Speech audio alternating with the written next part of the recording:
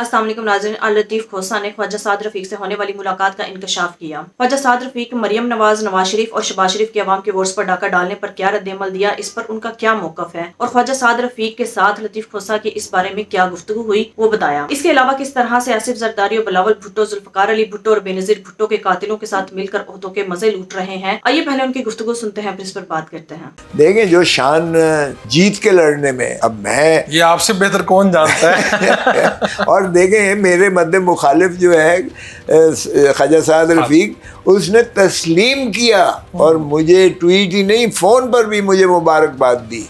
अगरचे मैंने उसको हंस के कहा तो तेरा बड़ापन है, तेरा ये मैं समझता हूँ जमहूरी अंदाज़ मुझे अच्छा लगा है, ये रवायात होनी चाहिए।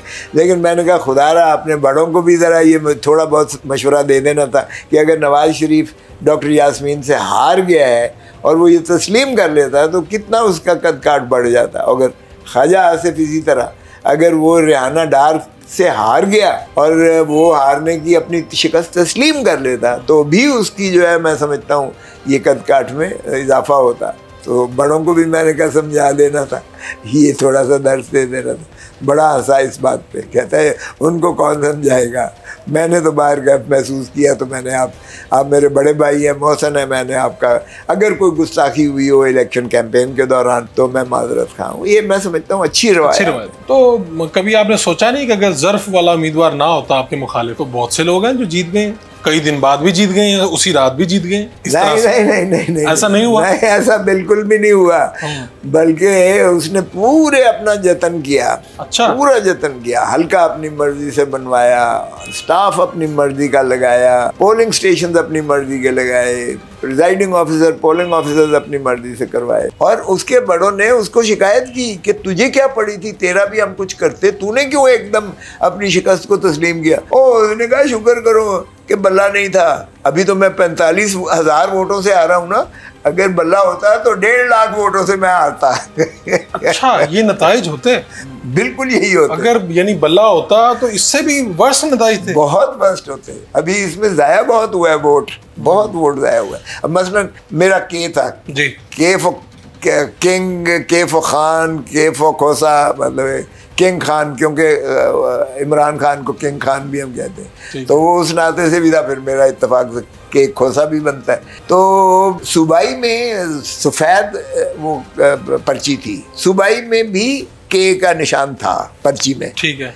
अब सूबाई में के का किसी का नहीं था, उस पे भी 3,500 वोट ठा करके पड़ा। अच्छा, यानी सिर्फ आपकी वजह से कंफ्यूजन की वजह? कंफ्यूजन है, जाहिर है लोगों ने पता नहीं समझा कि इधर भी शायद वो देना है क्या, उन्होंने ठा वहाँ भी टप्पे मारे, 3,500 वोट जाया गया। पीपल्स पार्टी कभी नहीं छोड़ूंगा। नहीं, आखिरी बात भी इस हिसाब से दुरुस्त है कि मैंने नहीं छोड़ी। असमा के एक प्रोग्राम में जरदारी साहब से उन्होंने पूछा कि आप के खोसा साहब और एतजाज हसन तो आपके बड़ी पार्टी के पॉलिसीज के खिलाफ बोलते हैं वो, तो उन्होंने कहा था कि खोसा तो हमारी पार्टी में नहीं है। तो देखें, जब उन्होंने खुद कह दिया कि ये मेरी पार्टी में नहीं है तो फिर बंदा जोर से तो नहीं चिपटा रह सकता ना, फिर तो आपको आज़ाद कर दिया उन्होंने। और उस अंदाज से फिर मेरा पार्टी के अंदर ज़बरदस्ती जबरी रहना जो है वो कोई सेंस नहीं बनती थी। आप कहते हैं कि वो जरदारी साहब का वो स्टेटमेंट थी, उसके बाद आपने सोचा कि अब मेरे पार्टी में कोई जगह नहीं है। देखिए, पहले भी मेरा इख्तलाफ ज़रूर चल रहा था, इसमें कोई शक नहीं है। जब से इन्होंने PDM के साथ एक इल्हाक किया था, मैंने समझता हूँ कि ज़ियाउल हक की बाक़ियात के साथ, ज़ियाउल हक के जो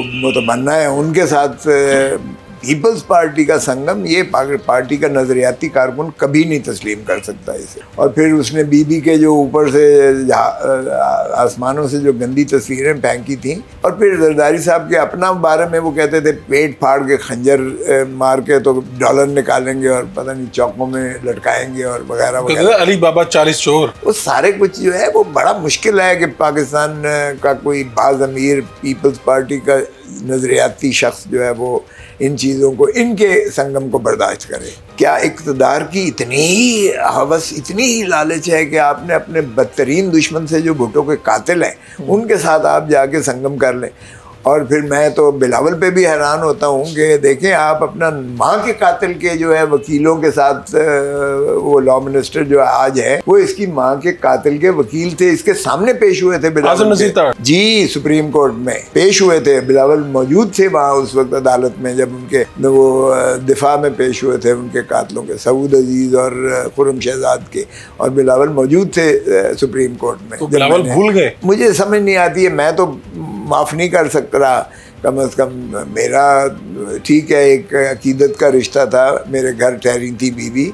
देखें पावर पॉलिटिक्स में पड़ गई है पीपल्स पार्टी, बदकिस्मती से लोग एक तरफ धकेल दिए गए हैं, चाहे वो नून हो चाहे माफ़ कीजिएगा पीपल्स पार्टी हो। अब ये अपनी ओरिजिन से हटके जो है ये पावर पॉलिटिक्स, आपको पता है या इलेक्टेबल्स होते हैं, भुट्टो ने ख़त्म किया था 70 में, खंबे को वोट दिया, टिकट दी थी तो खंबा बन गया था। अब इमरान ने ख़त्म कर दिया, इमरान को इन्होंने जो कुछ किया इमरान खान को, पीपल्स पॉलिटिक्स का नतीजा है कि भुट्टो ने भी की, आज इमरान कर रहा है। तो आप कह रहे हैं भुट्टो वाली सियासत आज इमरान खान कर रहा है? पावर पॉलिटिक्स को खत्म, यस वो एंटी एस्टेब्लिशमेंट थी, और ये अगर एस्टेब्लिशमेंट के आप खुशामद से या उनके कंधों पे चढ़ के आप इक्तदार में आओगे, ये पावर पॉलिटिक्स है। पावर पॉलिटिक्स में फिर शहबाज शरीफ का तो चेरी ब्लॉसम का कोई मुकाबला नहीं कर सकता, फिर तो पीपल्स पार्टी बी टीम बनेगी नवाज शरीफ की, PMLN की, तो ये किसको बर्दाश्त हो सकता है। सो जब जरदारी साहब ने ये भी कह दिया और पार्टी भी अपने नज़रियात से हट गई, तो मेरे लिए कोई और रास्ता नहीं था। सो जाहिर है कि फिर मैंने यही देखा कि जो आवाम की बात करता है, जो पाकिस्तान की बात करता है, जो जमहूर की बात करता है, लोगों के हकूक़ की बात करता है, वही पाकिस्तान का सही क़यादत करने लायक है, उसी को हक होना चाहिए और उसी के साथ मैं आज। तो वो एक दोस्त तो आपके साथ आ रहे थे, आते आते बीच रास्ते में रह गए और फिर बिलावल साहब के जलसे में चले गए। वो देर कर देता है चौधरी साहब, वो देर कर देता है हमेशा। क्या वजह क्या है? यानी कन्विंस थे है कि फैसला करते हुए अब उसको हमारे अब्दुल्ला है, उसने कहा कि जी आपके तो ये NA 127 में आपके तो ये कंटेनर पे चढ़ के आपकी कैंपेन की थी चौधरी एतजाज को, अब इसको सेनेटर बना दो। हाँ। और वो बिलावल ने कहा कि जाके इमरान से टिकट ले, हमारे साथ क्यों? उसने कहा जी कंटेनर तो आपके पे बैठा, सपोर्ट तो आपकी उसने की है। तो ऐसे बिलावल साहब ने दुत्कार दिया कि हाँ, नहीं हमने? जी बिल्कुल दुत्कार दिया। अब अंदाजा नहीं, सेनेटर के लिए मतलब कि हम वो बजा के इमरान खान से लेके, मैंने इसको मिन्नतें की, यकीन करें, मैंने कहा देख यार हम इकट्ठे चल रहे हैं 2 साल से, खुदा का खौफ कर, तेरे खिलाफ उन्होंने जुलूस निकाले, तेरे ऊपर पथराव किया, तुझे और बेइज्जत होने का ज्यादा शौक है तुझे, मुझे तो सीधे निकाल दिया, लेकिन इसको फिर भी वो ऐसे रखा भी साथ में। बिलावल साहब के साथ जलसे पे बैठे भी हुए थे वहाँ बस फिर मिल गई ना टिकट उसके सेनेटर की। वो ख्वाहिशमंद थे सेनेटर? मुझे नहीं पता, लेकिन किसी ने उनके बारे में जब कहा तो बिलावल ने जो जवाब दिया, बिलावल ने कहा अल्लाह हाफिज, उसने कहा जाके उधर से ले। खोसा साहब कौन से हल्के हैं, जिस तरह आप कह रहे हैं ख्वाजा आसिफ, नवाज शरीफ, कौन से ऐसे हल्के हैं जिन पे आप लोगों ने बैठ के जायजा लिया और कहा कि ये बड़े बड़े ये सारे हार चुके हैं इन्होंने? देखें चौधरी साहब, एक बात तो ये है कि लाहौर का एक सीट, एक हल्का भी, मैं लाहौर ही से लड़ रहा था, लाहौर दिल, कोई कहे कि जी बैरिस्टर सलमान राजा हारा है 1,75,000 वोटों से और 30-40 हज़ार वाला जीत गया है, तो कोई मजाक करने वाली बात ही है ना। लाहौर की एक सीट, एक नशिस्त मुस्लिम लीग नून नहीं जीती, एक नशिस्त नहीं जीती, एक नहीं जीती, मैं आपको बता रहा हूँ। नहीं, मरियम नवाज, शहबाज शरीफ, हमजा नवाज सब हार गए आका, सब हार गए। और आप लोगों के पास सारे सबूत मौजूद हैं, फॉर्म 45 मौजूद है। आप कह रहे हैं कि मुस्लिम लीग नून का सफाया हो गया लाहौर से सफाया हुआ है, इनका गुजरांवाले से सफाया हुआ है। अब इनका जो है सियालकोट, इन्होंने बेईमानी से सियालकोट में कर लिया, फैसलाबाद इनका सफाया है और बदस्तूर है। अभी तक कुछ इन्होंने रिकाउंटिंग में कोशिश कर रहे हैं कि कोई कर रहे हैं, जिस तरह गुजरांवाले का अभी जो है आज ही मैंने उसको भी सस्पेंड करवाया, उसके नोटिफिकेशन को। बिलाल एजाज 30,000 से जीता हुआ था। यकीन करें इस्लामाबाद कैपिटल टेरिटरी में एक सीट नहीं है मुस्लिम लीग नून जीती और तीनों जिता दी गई। कमिश्नर रावलपिंडी ने कहा 12 की 12 नशिस्तें जो रावलपिंडी की डिवीजन की है, 12 की 12 1000 से 70,000 वोटों में जीती हुई PTI को हमने हरा दिया। ये रिकॉर्ड की बात है। आप जब असेंबली के मेंबर हैं, असेंबली जब जाते हैं तो आपके कोलीग्स हैं, ज्यादा तो पुराने जानने वाले भी हैं, तो क्या वहाँ चहमगोइयाँ होती हैं? क्या कोई शर्मिंदगी के आसार हैं? शर्मिंदा है। कभी नवाज शरीफ को अब देखा है छुपा फिरता है? नवाज शरीफ आपको पब्लिकली नजर नहीं आएगा, असेंबली में भी आता है तो बस चोर चोर के नारे लगते हैं तो एकदम भाग जाता है। ये मैंडेट चोर का है। पहले तो बाकी चोरी तो थी जो लूट मार की है इस मुल्क में, जो तो आप कह रहे हैं कि मुंह चुराते फिर रहे हैं, मुंह चुराते फिर रहे हैं। यकीन करें कि वहाँ शर्मिंदा होते हैं। ये चूंकि अपने तई तो हर कोई जानता है कि मैं हारा हूँ। अब हारा हुआ यार, ज़मीर कहीं ना कहीं किसी न किसी वक्त आपको जो है सोई ज़रूर होती है, लेकिन कभी ना कभी आपको तंग करती रहती है। हमेशा आपका अंदर कभी भी खुश नहीं होता। आपने कहा कि इनके ऊपर आर्टिकल 6 लगाए हैं मैंडेट। बिल्कुल कहा। तो ये किस, अगर कभी की वक्त आया पाकिस्तान में ऐसा, तो किस किस पर लगेगा? इलेक्शन कमीशन पर नंबर 1 लगेगा, क्योंकि इलेक्शन कमीशन जिम्मेवार होती है। फॉर गॉड से क्यों सबक नहीं सीखते तारीख से?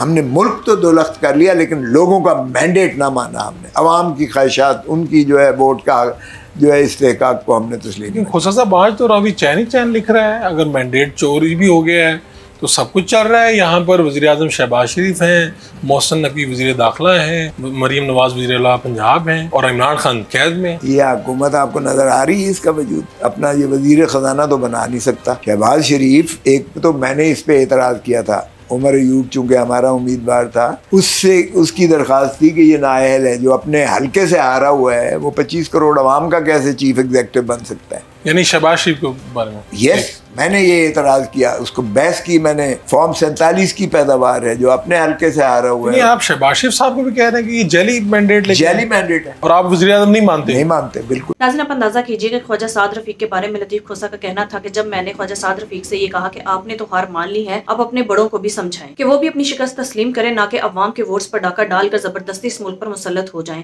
इस पर ख्वाजा साद रफीक हंसने लगे और कहने लगे कि मैं उन्हें भला क्या कह सकता हूँ। यानी ख्वाजा साद रफीक को भी इस बात का पता है, वो भी, उनका भी यही मौकफ है कि पूरी की पूरी नून लीग की क़यादत हारी हुई थी और ये जबरदस्ती अवाम के मैंडेट पर डाका डालकर इस मुल्क पर मुसल्लत हुए हैं। इसके अलावा लतीफ़ खोसा ने इस बात का भी इंकशाफ किया कि साद रफीक ने यह भी बताया कि शुक्र है कि मैं 45,000 वोटों से हारा हूँ। अगर पीटीआई के पास उनका बल्ले का निशान होता तो ये भी हो सकता था कि मैं 1.5 लाख वोट से हार जाता। नाज़रीन, नून लीग वाले खुद इस बात का इतराफ करते हैं कि पीटीआई से उनका इंतखाबी निशान बल्ला छीनने का सबसे ज्यादा फायदा नून लीग को हुआ, लेकिन नून लीग को इतना भी फायदा नहीं हुआ कि वो तमाम सीट्स जीत पाते। उन्होंने अवाम को गुमराह करने की तो बड़ी कोशिश की थी, लेकिन अवाम ने फिर भी इमरान खान के मुंतखब करता उम्मीदवारों को ही वोट्स डाले और नून लीग वाले बुरी तरह से हार गए। और यही वजह है कि इन्होंने अवाम के वोट्स पर डाका डालकर भरपूर धांधली करके नून लीग को जबरदस्ती इस मुल्क पर मुसल्लत किया। आज इस मुल्क का वज़ीर आज़म भी जाली है, वज़ीर आला पंजाब भी जाली है, वफाक और पार्लियामेंट भी जाली है। और ये जाली हुकूमत जो भी बनती है उसमें अवाम कभी भी साथ नहीं देती और ना ही अवाम का मैंडेट इसमें शामिल होता है। नाज़रीन, अब ये अवाम का मैंडेट चोरी करके जबरदस्ती इस मुल्क पर मुसल्लत तो हो गए हैं, लेकिन अब इन्हें इस बात की समझ नहीं आ रही कि ये हुकूमत को कैसे चलाए, क्योंकि अवाम ना ही इन पर एतमाद करती है और ना ही अवाम इनका साथ दे रही है।